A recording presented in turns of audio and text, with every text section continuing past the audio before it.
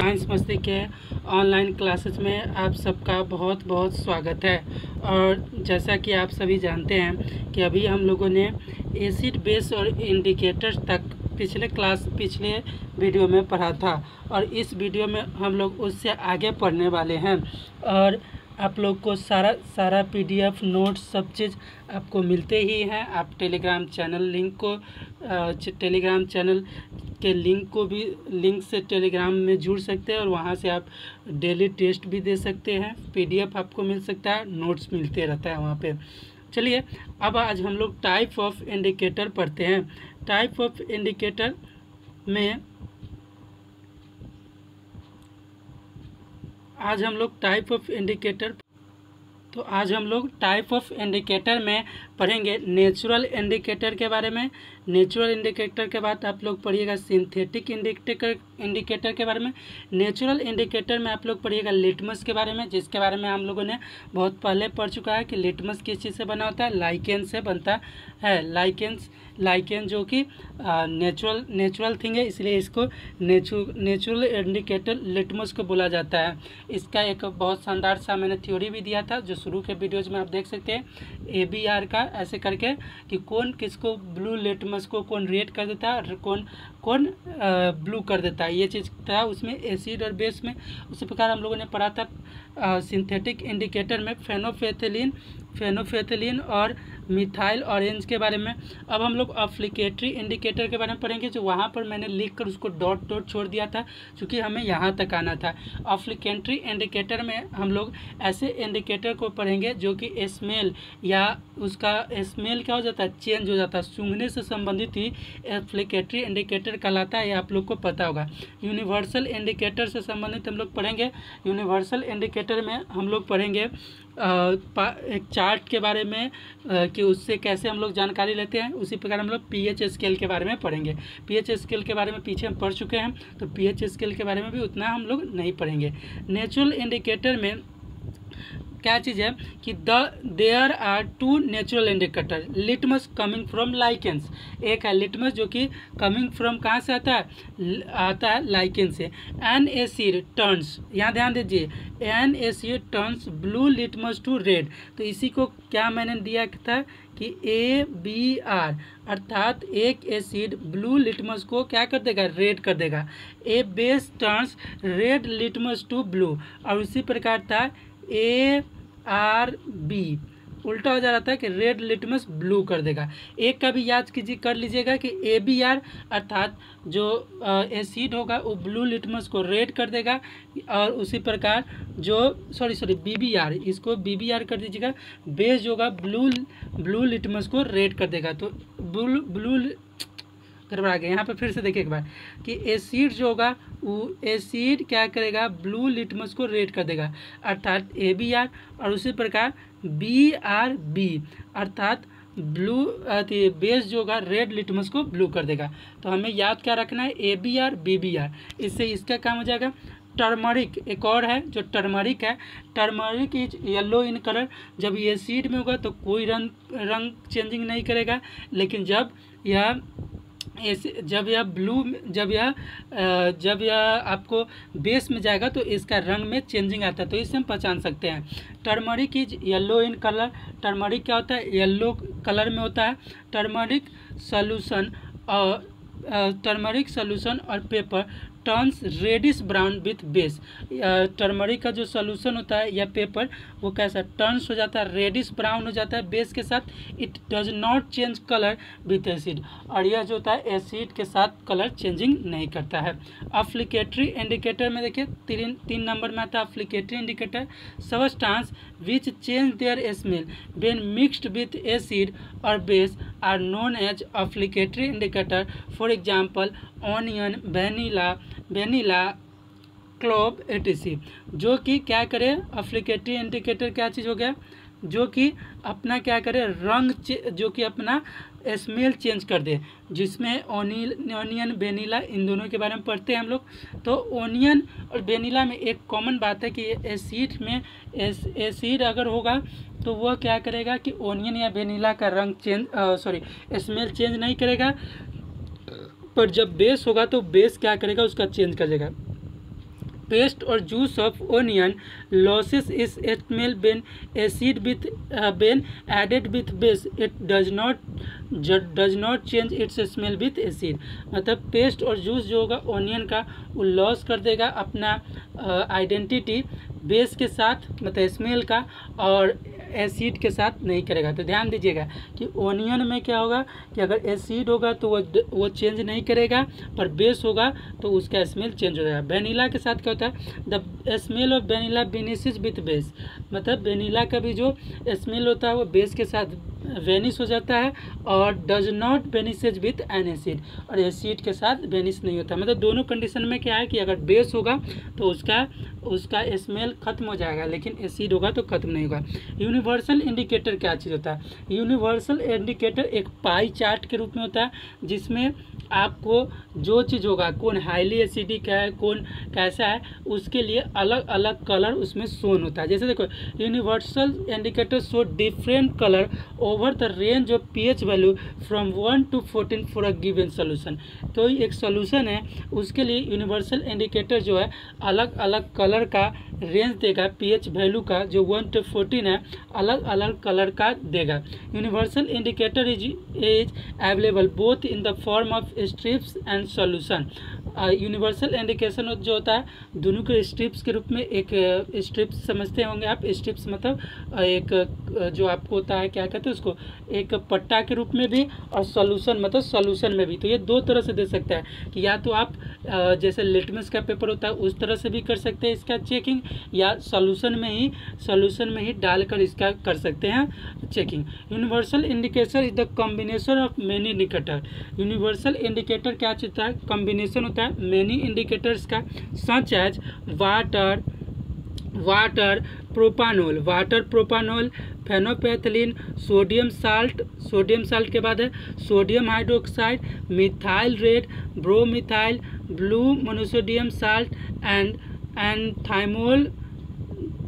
Thymol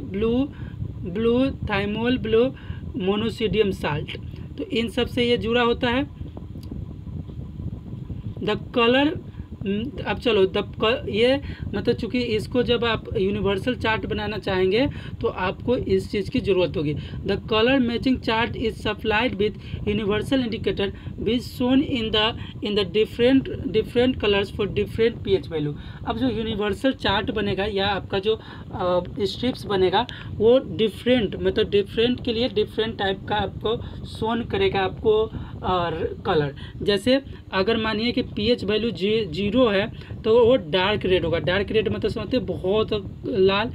1, 2 के लिए red, 3 के लिए ऑरेंज रेड मतलब नारंगी कलर का लाल होगा, 4 के लिए रेड 4 के लिए ऑरेंज, 5 के लिए ऑरेंज येलो, 6 के लिए ग्रीनिश येलो, 7 के लिए ग्रीन, 8 के लिए ग्रीनिश ब्लू, 9 के लिए ब्लू, 10 के लिए नेवी ब्लू, 11 के लिए पर्पल, 12 के लिए डार्क पर्पल, 13 के लिए वायलेट, 14 के लिए वायलेट। अर्थात आपको दे देगा कि भाई वायलेट कलर का है तो आपका इसका मतलब क्या है, या तो उसका पीएच वैल्यू 13 या 14 होगा, अर्थात वो हाईली बेसिक मतलब स्ट्रॉन्ग बेस होगा। और सबसे इजी होता है रेड कैबेज बंदा गोभी आपको घर पे भी मिलेगा। Red cabbage is a simple universal indicator. वो तो पाई चार्ट के लिए आप देखिए क्या क्या चीज़ आपको लग रहा था बनाने के लिए, इन सबसे सिंपल है रेड कैबेज का लेना। तो रेड कैबेज से क्या सोचता है, when we add cabbage juice of different pH value substance their colour get change. इसका कलर क्या होगा, चेंज हो जाएगा। अब देखो कलर में क्या चेंजिंग आएगी वो चीज़ ध्यान से देखिए। यहाँ पे कलर में चेंजिंग क्या चीज़ आएगा कि अगर हाईली एसिडिक होगा तब कलर टर्न्स टू रेड, हमेशा रेड ही हो रहा था तो रेड हो जाएगा। बेसिक होगा तो येलो हो जाएगा। और न्यूट्रल नेचर का होगा तो रिमेन्स सेम कलर। मतलब रेड कैबेज जिस तरह का होगा उसी तरह का रह जाएगा। अगर मानो कि एसिडिक होगा तो रेड हो जाएगा और बेसिक होगा तो येलो हो जाएगा। तो ये चीज़ ध्यान दीजिएगा।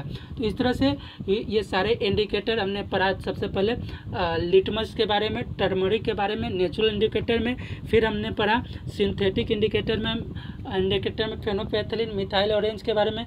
फिर हमने पढ़ा यूनिवर्सल इंडिकेटर के अंतर्गत में चार्ट वाला, और रेड कैबेज के बारे में, पीएच वैल्यू के बारे में पढ़ा। और उसके बाद हम लोगों ने पढ़ा ऑफ्लिकेटरी इंडिकेटर में, जिसमें स्मेल के बारे में हम लोगों ने पढ़ा। Important of pH in everyday life. अब एवरीडे लाइफ में पीएच की क्या अंतर है? अच्छा, आप लोग जानते हैं एसिड या बेस क्या करता है? कोरेटेट कर देता है, मतलब किसी चीज़ को ख़राब कर सकता है। पर जो अगर वो न्यूट्रलाइज हो जाए तो वो हमारे लिए हेल्पफुल भी हो सकता है, हेल्पफुल हो जा सकता है। तो न्यूट्रलाइज कब होगा? और कहीं पे एसिड है तो उसको बेस को उसके साथ मिला दो। यही काम क्या होता है कि आपको याद होगा कि गैस्ट्रिक ग्लैंड से एक ऑर्गन एक ग्लैंड स्रावित होता है जिसका नाम था ग्लैंड से HCl स्रावित होता है, हाइड्रोक्लोरिक एसिड स्रावित होता है। ये क्या करता है कि जो बैक्टीरिया या जर्म्स जो फूड में आए रहते हैं उसको मार देता है। पर कभी कभी क्या होता है कि हमारे पेट में ज़्यादा खाना खाने से या कुछ अनावश्यक कार्य करने से ज़्यादा मात्रा में HCl का स्राव हो जाता है, और इस कंडीशन में क्या होता है कि हमें एसिडिटी का हम शिकार हो जाते हैं। तो हम लोग क्या करते हैं कि एसिडिटी का जब शिकार हो जाते हैं तो दवा लेते हैं। तो दवा क्या करता है, ये चूँकि एसिड वहाँ पर है और दवा बेस का काम करता है, और एसिड प्लस बेस मिलकर रिएक्शन क्या करती है, पेट में न्यूट्रलाइज करते हैं और हम फील बेटर करते हैं। तो इसके लिए हम लोग एंटासिड का प्रयोग करते हैं। और एंटासिड क्या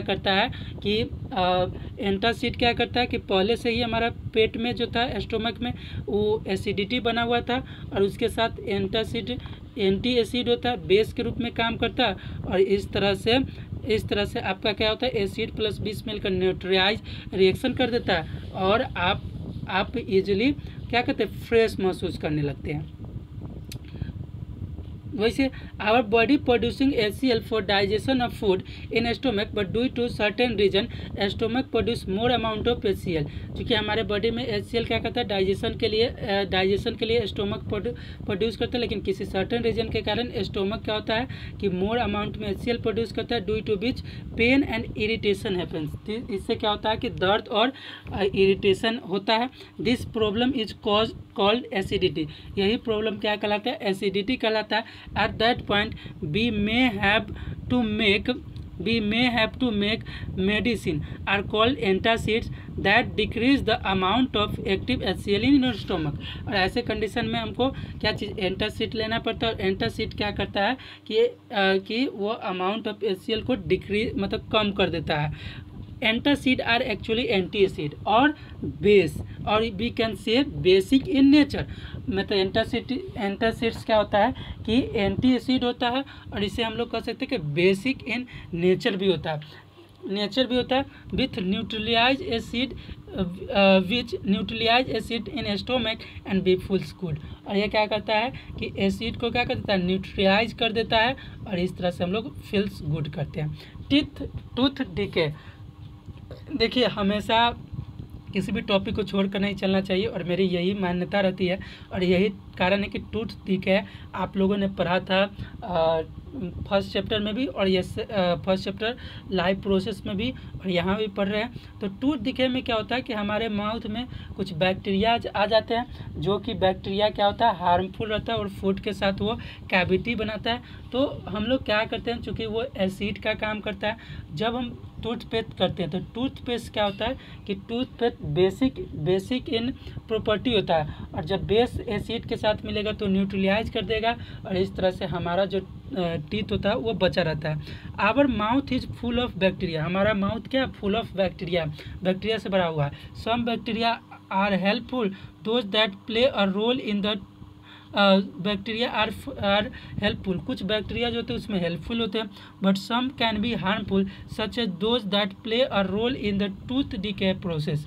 कुछ उसमें से जो होते हैं वो हमारे लिए क्या हो जाते हैं, हार्मफुल हो जाते हैं, जो कि टूथ डिके में अपना रोल अदा करते हैं, रोल अपना निभाते हैं। Tooth decay is that result of an infection with certain type of bacteria. Decay क्या है, एक इन्फेक्शन जो कि सर्टेन टाइप ऑफ बैक्टीरिया के कारण होता है। This bacteria use sugars in food to make acid. ये क्या करते हैं, शुगर का यूज करते हैं, मतलब जो हम लोग के फूड में जो हम लोग का फूड होता है उसमें जो शुगर बनता है उसका वो यूज करता है किस चीज़ में, एसिड के रूप में करता है, to make acid. Over time this acid can make a cavity in the tooth. कुछ समय के बाद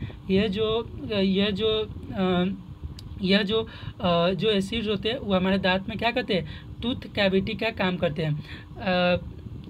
toothpaste is use to protect our teeth from those acid. Toothpaste क्या होता है कि यूज होता है जो कि हम लोगों को दांत को क्या करता है, उन एसिड से बचाता है। Toothpaste is basic in nature which neutralise the acid and thus protect our teeth. Toothpaste क्या होता है कि बेसिक इन नेचर होता है और यह न्यूट्रलाइज कर देता है और इस तरह से हमारे टीथ को एसिड से बचाता है। पीएच ऑफ सॉइल का पीएच देखो, जब भी सॉइल का पीएच अगर चेक करना है तो उसको हम लोग किसी भी बेसिक इंडिकेटर द्वारा कर सकते हैं। अगर एसिडिक होगा तो हम क्या करेंगे, बेसिक थिंग्स का यूज करेंगे, अपने खेतों में डालेंगे बेसिक का, जिससे कि न्यूट्रल रहेगा हमारा सॉइल, खेत का जो फील्ड का जो सॉइल होगा और वो अच्छी उपज देगा। अगर बेसिक होगा तो उसमें एसिड का। देख रहे हो तुम लोग क्या क्या चीज़ सीख रहे हो, मतलब फार्मिंग भी सीखते जा रहे हो साथ साथ। Take soil and dissolve it in water. कुछ सॉइल लीजिए और इसको डिजोल्व कर दीजिए वाटर में। You will get a Modi solution. तुम एक मोडी सोल्यूशन पाओगे। Now filter this solution and do a test either using universal indicator or using litmus paper or using any other acid base indicator. अब इस सब को क्या कीजिए कि इस सोल्यूशन को फिल्टर कर दीजिए और किसी भी टेस्ट से यूनिवर्सल इंडिकेटर ले लीजिए, लिटमस पेपर ले लीजिए या किसी भी चीज़ से। If soil is more acidic, और आपको उससे पता चल जाएगा इस सॉइल कैसा। अगर सॉइल मोर एसिडिक है you can use basic substances. तब आप क्या कीजिए, बेसिक सबस्टांसेज जो बेस वाला सबस्टांस है वो यूज कीजिए, जो कि चौक है, क्विक लाइम है एंड स्लेक्ट लाइम है। कौन कौन हो गया, चौक, क्विक लाइम। तो पिताजी को कहना कि भाई आप चेक कर लीजिए, अगर आपका जो फील्ड है वो फील्ड अगर फील्ड जो है आपका वो ज़्यादा एसिडिक है तो आप उसमें क्या चीज़, चौक डाल सकते हैं, क्विक लाइम डाल सकते हैं, मतलब चूना पत्थर ये सब डालकर उसको न्यूट्रलाइज कर सकते हैं, क्योंकि न्यूट्रल चीज़ ज़रूरी है। एसिडिक होगा तो वो क्या करेगा, पेड़ पौधा को खराबी करेगा, बेसिक भी होगा तो पेड़ पौधा को खराबी करेगा।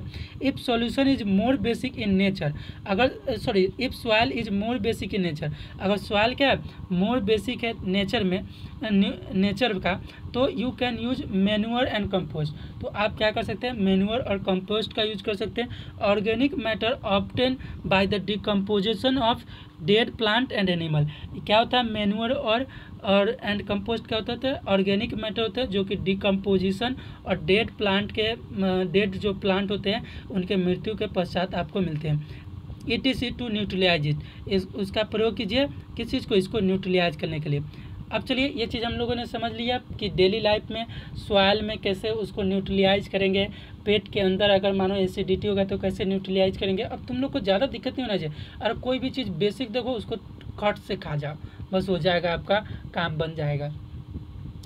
उसके बाद देखो, अच्छा एक चीज़ याद होगा कि जब पेट दर्द होता था तो हम लोग क्या करते थे, नींबू का अचार खाया करते थे कि पेट ठीक हो जाएगा, पर जनरली उससे बहुत कम चांसेस है ठीक होने का, क्योंकि वो भी एसिडिक ही होता है। इफेक्ट ऑफ पीएच ऑन, और एक चीज़ है कि उससे ठीक होने का कारण क्या है कि नींबू के अचार में साल्ट डाला गया रहता है और वो साल्ट क्या करता है, नींबू को न्यूट्रलाइज कर देता है। और जहाँ तक होता है कि साल्ट की मात्रा ज़्यादा रहता है तो इस कारण क्या होता है कि वो बेस के रूप में काम करने लगता है और हमारे पेट से एसिडिटी को भी गायब कर देता है। अब चलिए तो दो तीन चीज़ पढ़े थे, टूथ डिके में, एसिडिटी में और इसमें। अब पढ़ते हैं impact of pH on animal and plant. अब पीएच का जो इफेक्ट है वो एनिमल और प्लांट पे कैसे पड़ेगा। आप जानते हैं कि एसिड रन का जो एसिड रन है उसका 5 to 6 होता है पीएच वैल्यू, और 5 to 6 अर्थात एसिडिक होता है। और एसिड रन जितना भी रेन होगा वो जाकर मिलेगा किससे, जाके मिलेगा सी से, और सी वाटर से जब मिलेगा तो वो क्या चीज़ हो सकता है, सी वाटर से मिलने से उसको वो एसिडिक हो जाएगा। और एसिडिक होने से जो आपका सोल्यूशन हो, आपका जो आपका जो ये जानवर लोग होंगे उनकी मृत्यु होने लगेगी।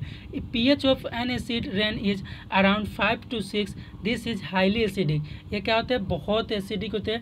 Due to acid rain acid reaches into oceans, lakes and effect of life of aquatic animal and plant are died due to acid rain, and same plant loses lots of their leaves।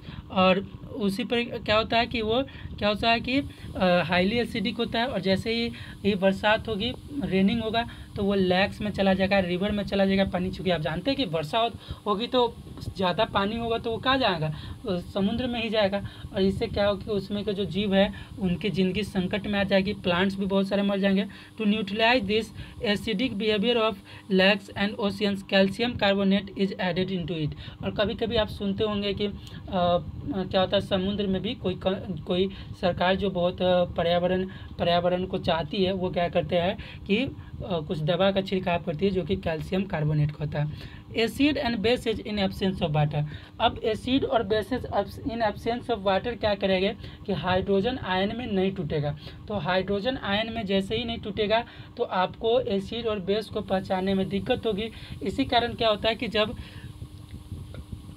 Dry अगर acid and base है तो उसका अगर हमको पता लगाना है कि वो एसिड है या बेस है, तो मॉइस्ट लिस्टमर पेपर का यूज़ करता है। अर्थात उसमें मॉइस्ट का मतलब होगा कि थोड़ा सा उसमें वाटर रहता है, जिससे कि क्या होता है कि वाटर के साथ वो बता देता है कि H+ दे रहा है कि OH- दे रहा है। चलिए पढ़ते हैं इसको। A dry acid does not dissociate in hydrogen ions. एक ड्राई एसिड जो है डिसोसिएट नहीं हो पाएगा हाइड्रोजन आयंस में।